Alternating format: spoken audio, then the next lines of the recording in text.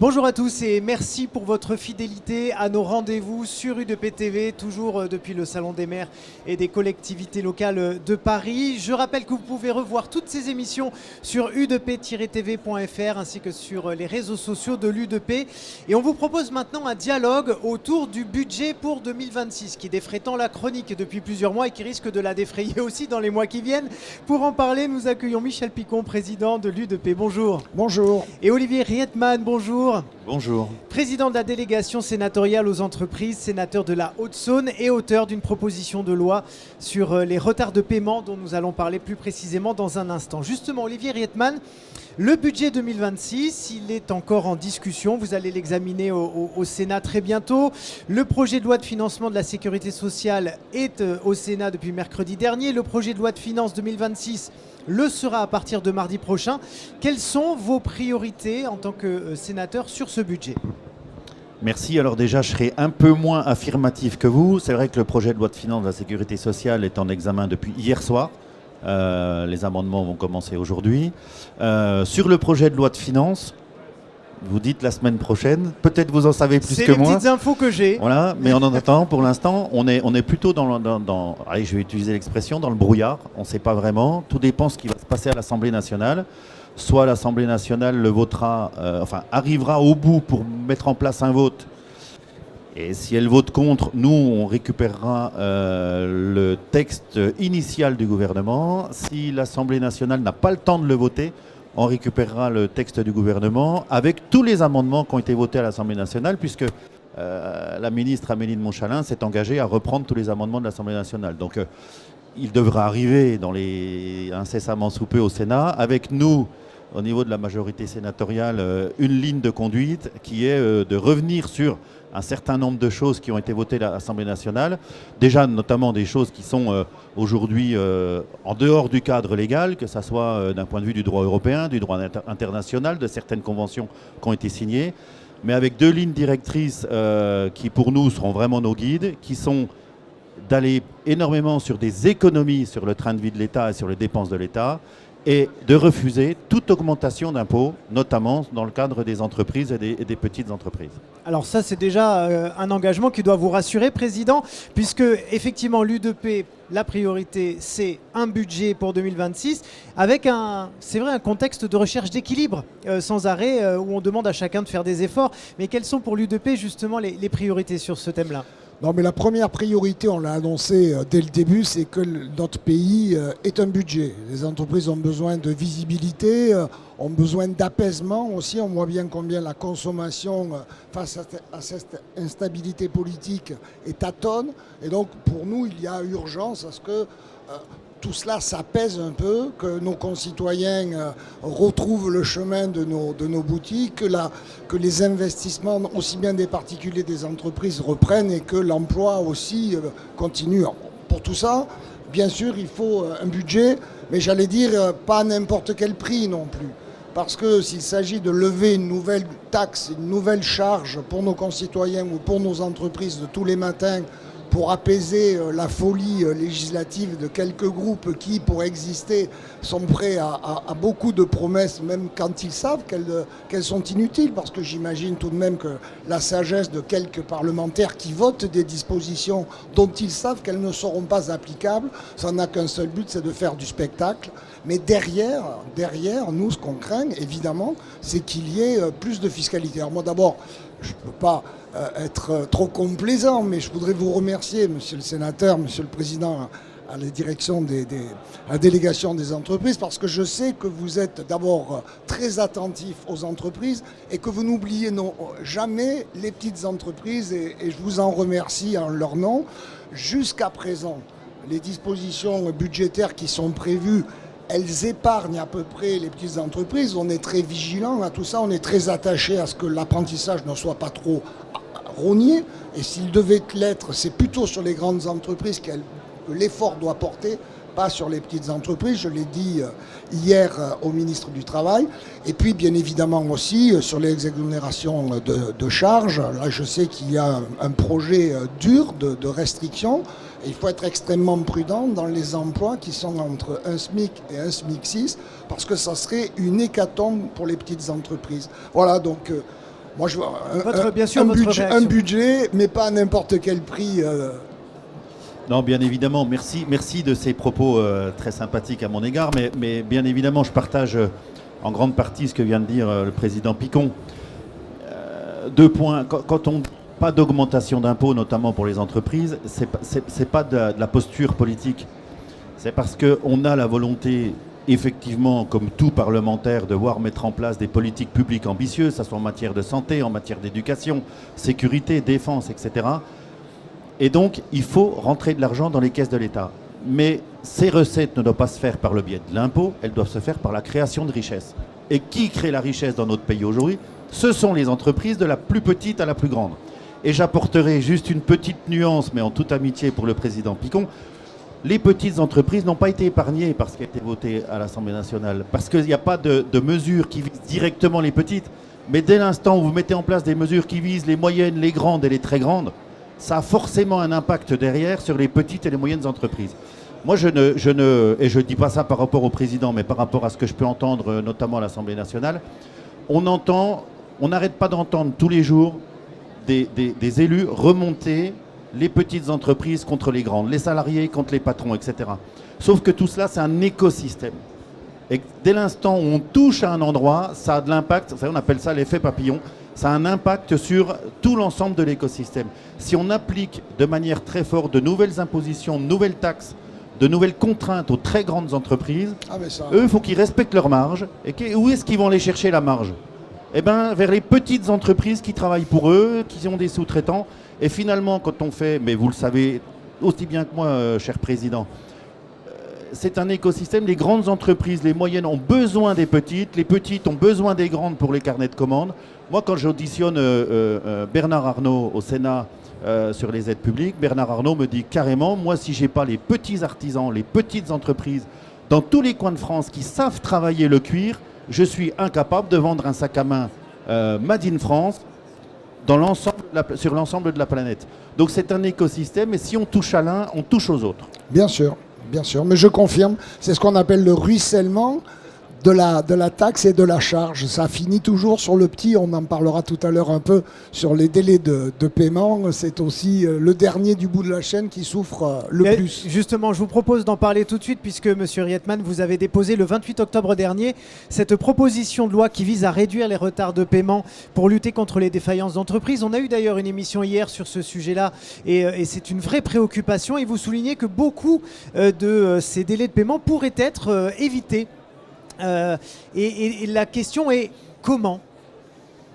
Alors, déjà, si on veut reprendre le contexte, il ne vous a pas échappé, mais on l'entend régulièrement, c'est qu'on bat malheureusement au fur et à mesure des records du nombre de défaillances d'entreprises. 67 000 l'année dernière, il ne serait pas étonnant malheureusement que cette année on dépasse les 70 000. Et nous, on cherche à la délégation aux entreprises non seulement à trouver des points pour améliorer la vie des entreprises, mais aussi et surtout pour mettre en place des systèmes qui baissent le nombre de défaillances. Et on s'est rendu compte d'une chose, d'après des rapports qu'on a pu émettre, et notamment le rapport de l'Observatoire des délais de paiement, que les retards dans les délais de paiement augmentent de 25% le risque de défaillance des entreprises, notamment les petites et les moyennes, et que si ces retards dépassent 60 jours, ça augmente de 40% le risque de défaillance des entreprises. Et donc on a regardé un peu comment ça fonctionnait, et le rapport de l'Observatoire des délais de paiement nous montre que sur la dernière année, ces retards de paiement s'est évalué à 17 milliards d'euros. Moi j'ai échangé l'autre fois avec un chef d'entreprise de Haute-Saône qui me dit « Tu crois que ça vaut le coup d'aller sur le sujet ?» Je lui dis « C'est 17 milliards. » Il me dit « Ah oui, tant que ça, je ne pensais pas que ça pouvait être si important que ça. » Et sur ces 17 milliards, on a une répartition 2 tiers, 1 tiers, 70%, 30%. 70% c'est des retards de paiement des grandes et très grandes entreprises vis-à-vis des moyennes et des petites.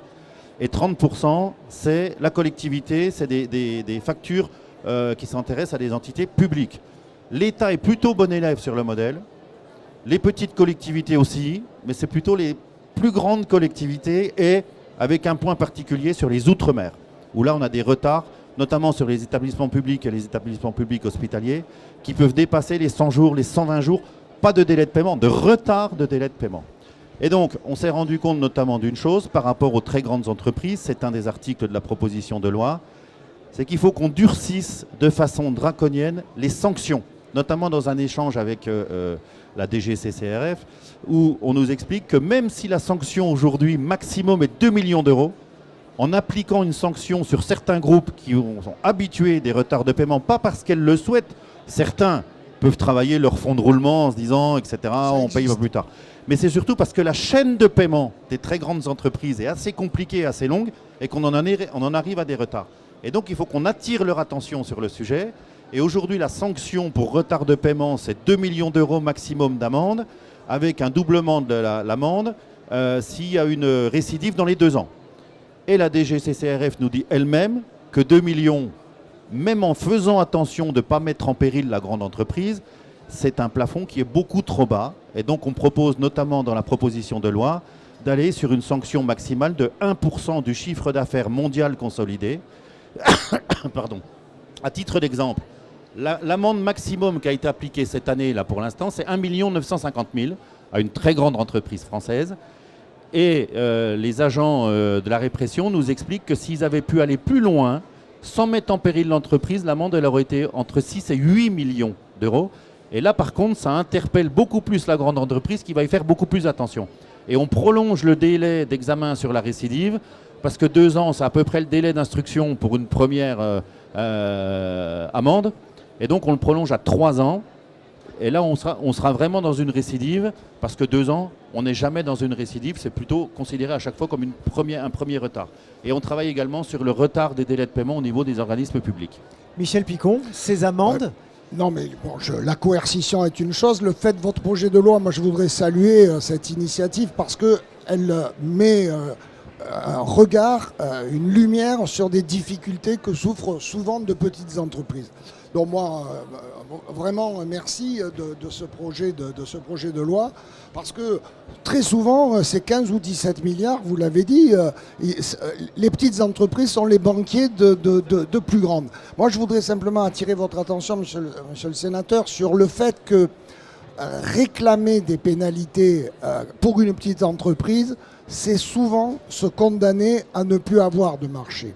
C'est-à-dire que si vous allez voir un maire en lui disant « moi je vais porter une réclamation parce que tu as dépassé le délai de paiement », il va subir la réclamation, il paiera l'amende, mais au prochain appel d'offres, vous avez peu de chances d'être retenu. Et c'est la même chose avec un donneur d'ordre.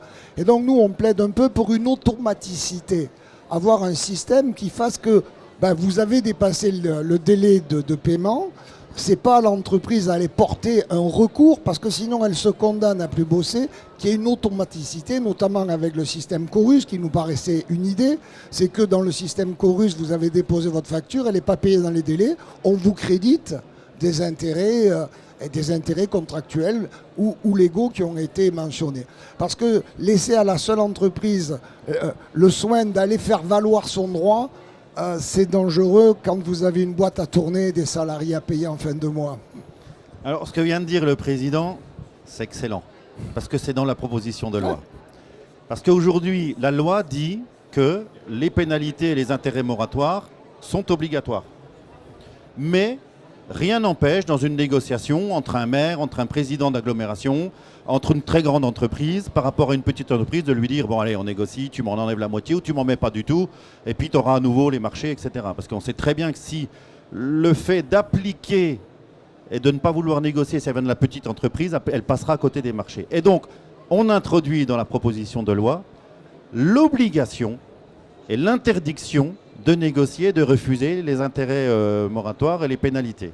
Ce qui fait que ce n'est plus de la responsabilité de la petite entreprise, le fait que de décider si non, oui ou non, il y aura les intérêts et les pénalités.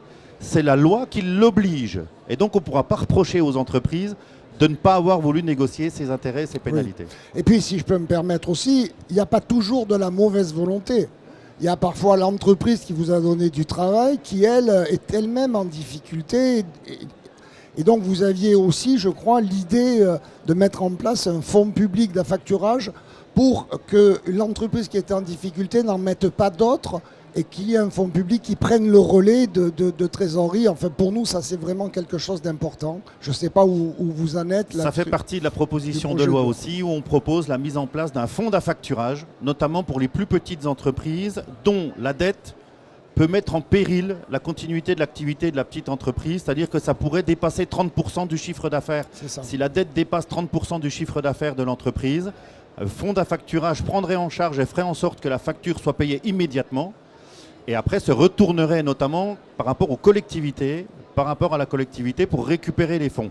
En sachant que oui, ça demande une mise de fonds au départ, mais qu'on demanderait aussi et qu'on proposerait que ce fonds d'affacturage soit alimenté justement par les pénalités et les intérêts moratoires de retard pour ceux qui continuent à avoir du retard. Voilà. Et donc après, ça sera un système qui fonctionnerait de lui-même, mais qu'au moins les entreprises soient payées et qu'elles ne soient pas mises en danger de continuer leur activité par des factures trop en retard. Et un dernier point, là où on a un vrai souci, c'est notamment sur les établissements publics hospitaliers. Et là, mon objectif n'est pas de les dénoncer, ce n'est pas des mauvais payeurs, c'est qu'ils font avec l'argent qui leur est mis sur le compte, notamment par l'État. Alors c'est vrai que l'État, sur les factures qu'il doit payer, il les paye plutôt pas trop mal.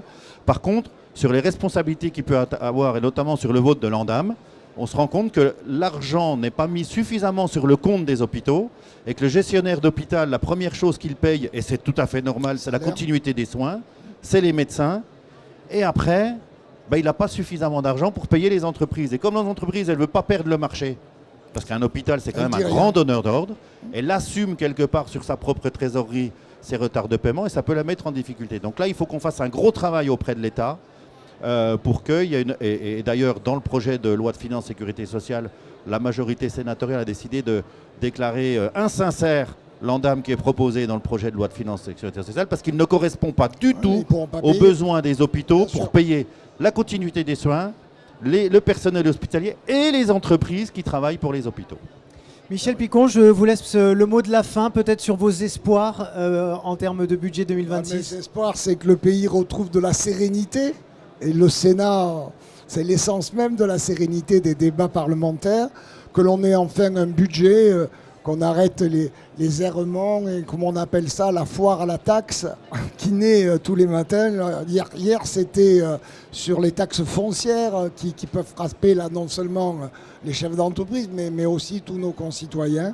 Et voilà, que notre climat s'apaise, mais je sais qu'on peut compter sur le Sénat et particulièrement nous, entreprises, sur la délégation aux entreprises. Merci, Monsieur le Président. Merci beaucoup, Michel Picon. Merci beaucoup, Olivier Rietmann. Et merci beaucoup à vous d'avoir suivi cette émission. On se retrouve dans quelques instants sur U2P TV. Ne bougez pas.